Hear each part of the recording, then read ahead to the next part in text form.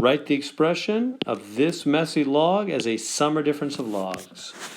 Okay, well, to do this, we're going to need to use the log properties, which I've written out over here. Here are the 3 log properties we're going to use for this problem. So let's bring it over here. And we've got log base 2. And we have this big old root, 5th root of y to the 13th, w to the 9th,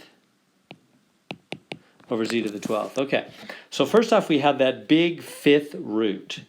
What do we do with that? Well, do you remember, so here's a really important property, that the 5th root of anything, call it w, is the same thing as that to the 1/5 power.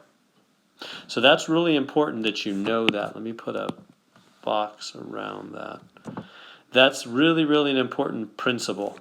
So you want to know this, that a fractional power is the same as a root. Why? Well, because there's really an invisible 1 here, and that 5 in the hook can swing back and go into the denominator. So to be in the hook or to be in the denominator fractional power is the same thing.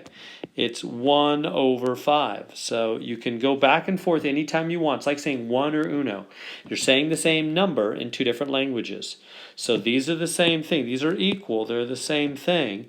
You're just saying it with a fractional power, and here you're saying it with a root. They're the same thing. So that means I can take this 5 and I can swing it out here. There's an invisible 1 power, right? Anything has a 1 power on it, and that'll be a 5 there. So this will become log base 2. Whoops, let me do this a little better. Of y to the 13th, w to the 9th, over z to the 12th, all to the 1/5 power. No more root. The root went away, right? The 5 on the root went away and became a fractional power. You can have a fractional power or a root. There are 2 ways of saying the same thing. Now, why do we care about that? Well, because then we can take that fractional power and bring it down to the front, right? That's property 3 here. Powers can drop down to the front. So this becomes 1/5 times log base 2 of y to the 13th, w to the 9th, over z to the 12th. And then we can just leave that 1/5 in the front, and we can break up this log base 2, y to the 13th, and this is times, so that becomes plus, right? Times for 1 log becomes plus for 2 logs, plus a second log base 2 of a w to the 9th, and then dividing by z to the 12th. Dividing for 1 log becomes subtraction for 2 logs. So subtract another log base 2 of z to the 12th.